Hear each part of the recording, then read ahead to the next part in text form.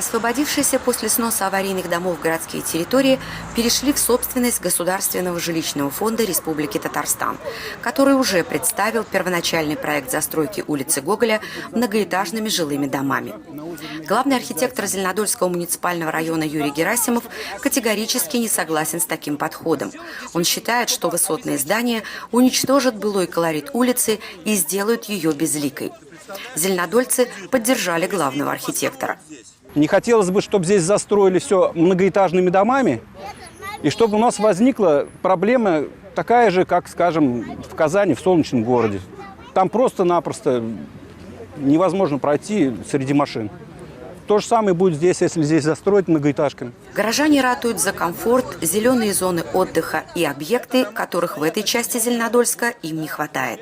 Я живу на этой улице и радуюсь. У нас самые красивые улицы. И работаю на этой же улице в 5-й гимназии. Идя с работы, хочется купить и хлеба, и молока, и в аптеку заглянуть, и хозтовары какие-то приобрести. К сожалению, у нас таких магазинов здесь нет.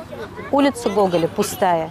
Вот мне вот этого очень не хватает, как хозяйке любой. Хочется что-то такое вот родное, близкое, как и было раньше у нас. Конечно, нужны объекты для детей. Дети – наше будущее.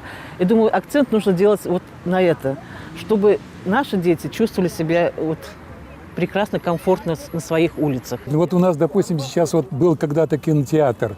Его сейчас сделали каким-то там торговым центром. Для города в 100 тысяч населения обязательно нужен кинотеатр.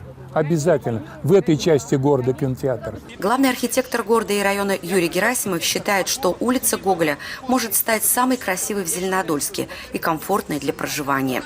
И мнения горожан должны стать решающими в данном вопросе. Мы, собирая опрос жителей, мы хотим внести изменения в правила землепользования и застройки и в генплан, чтобы это было прописано, чтобы этажность была прописана, какие-то новые зеленые зоны появились.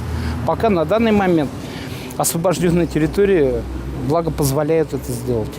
По крайней мере, когда будет сформировано мнение многих, и есть оно будет на бумагу положено, будет бороться за все вот это, будет легче. Встречи с горожанами по вопросу застройки освободившихся территорий на улице Гоголя будут проходить до 6 сентября. Наталья Фролова, Эдуард Левочкин, студия «Парадск».